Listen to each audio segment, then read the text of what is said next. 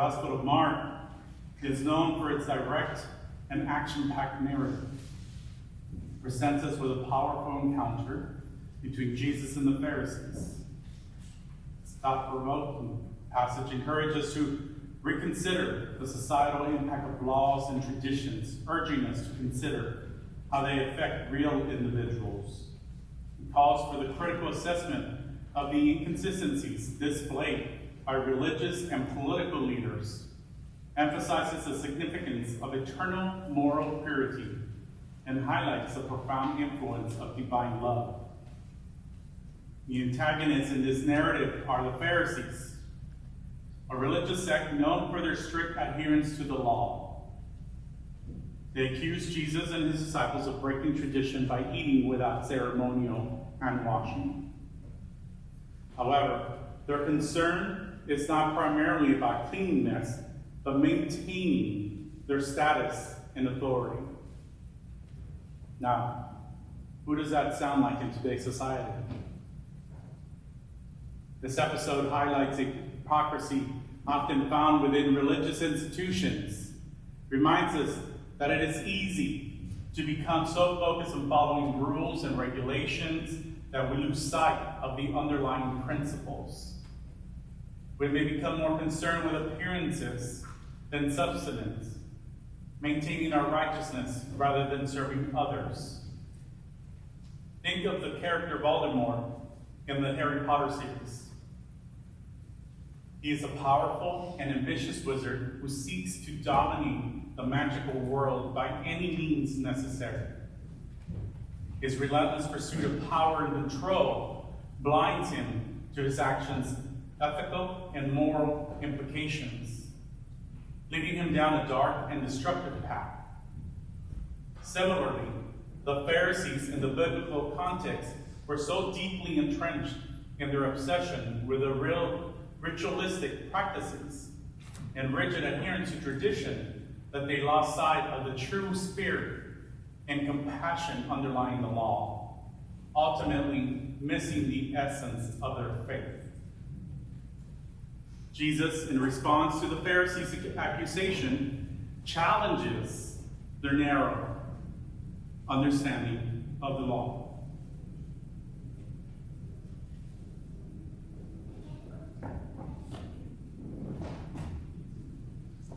He points out that the true defilement comes not from external actions, but from the heart. Our thoughts, attitudes, and intentions ultimately determine our spiritual purity.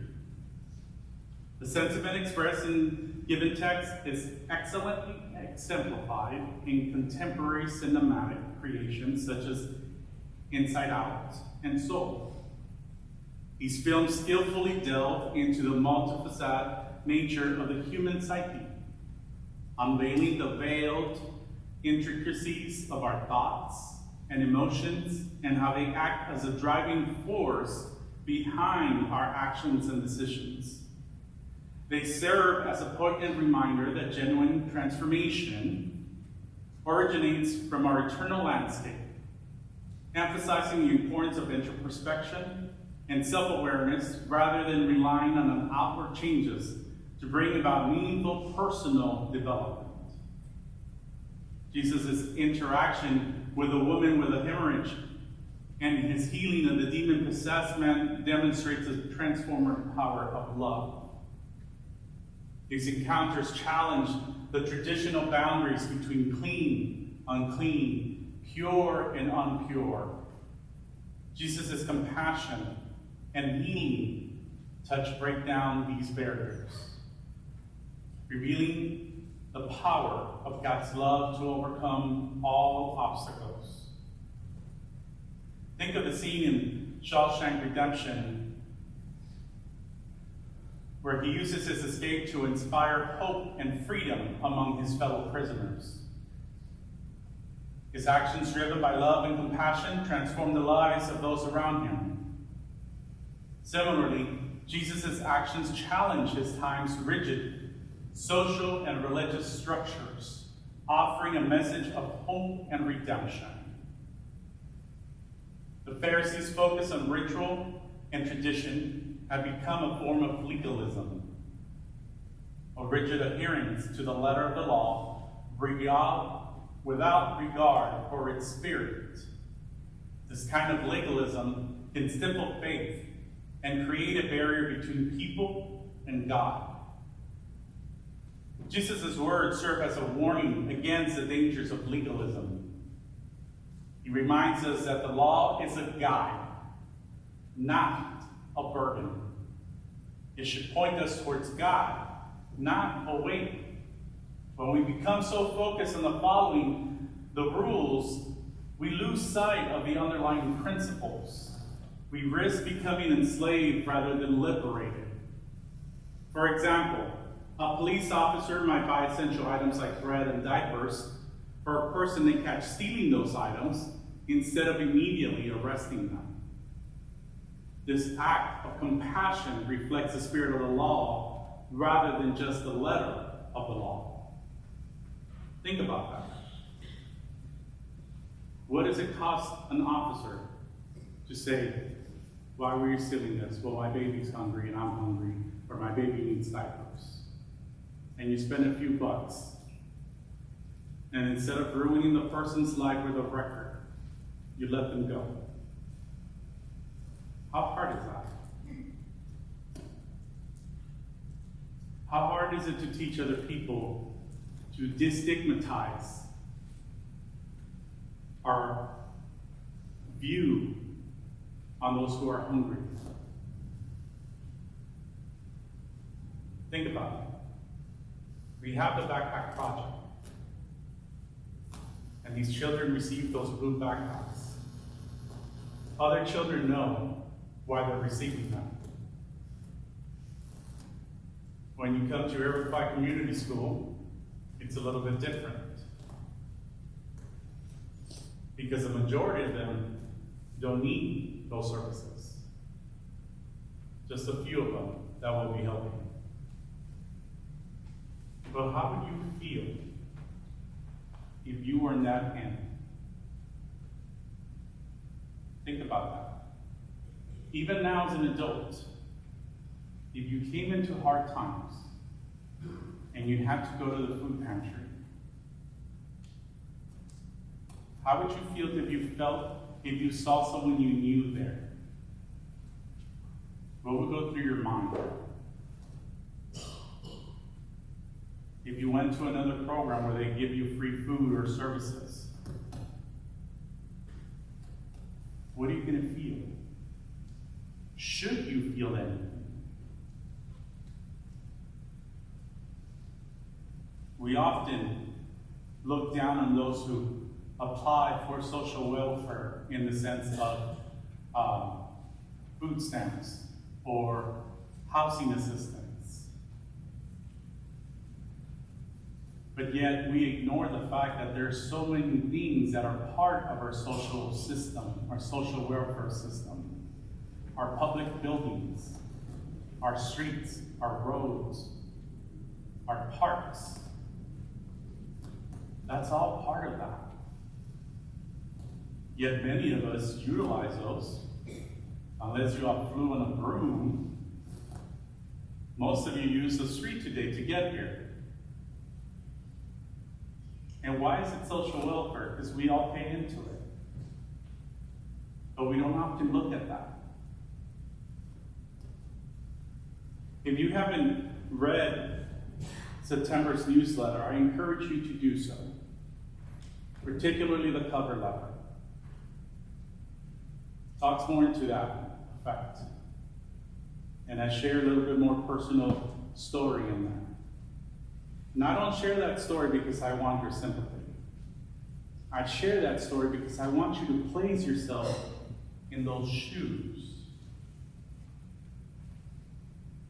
See, I've gotten to know the majority of you by now to know your status in the sense of what you can and cannot afford. So I'm not about to go ask someone that I know that, yeah, they can afford the food and everything that they have, but asking them to pay for a buffet may not be in their means. Now, some will say, well, how is it fair if I have more money for you to ask me? Well, it's not about being fair. It's about sharing with your church community. Because there's probably a lot of you, given how young you all are, 28, 29, where you probably have supplemental Medicaid. We all feed into that. And we're not about to tell one of you, well, you shouldn't be getting that. Why don't you get a job and pay for your insurance? Well, you probably did work all your life. And now it's still not enough. Think about it. Some of you have shared over the last years of how much you paid for your house 30, 40 years ago. And you wonder why your pastor is on a very strict, tight budget. Well, because the houses today is maybe 100 times more what you paid for, or 10 times? What is it? 10 times? 10 times? And it's probably for the same house you would have paid your $40,000 for back then, because those are still the same houses that there is today. But if we want to survive, we have to make do. But what happens with those families who are trying so hard? My younger years, I worked for a truancy company. Basically, was in charge of tracking middle schoolers and high schoolers who were truant. And they had, you all remember the old Nokia cell phones? Aging myself here. But it was about that size, and it only had about 3 or 4 buttons. And basically, it was programming for the school and for us to call them and say, where are you? And waking them up at 5 in the morning to make sure they got on the bus. So needless to say, your pastor actually did work 5 o'clock time. But what I noticed with some of those families is that sometimes there was just a mom in the picture who worked 2 or 3 jobs. And she expected her kids, especially the oldest one, to get the rest to school. And sometimes they didn't do that. And sometimes both parents worked. And they didn't have so much time to making sure that their kids got up to go to school on time. Or that they didn't skip school during the day and came home. So what do you do in that instance? Because I don't know about you, but over the years, I still continue to say, well, it's the parents' fault. They must not have been taught at home. Is that the case?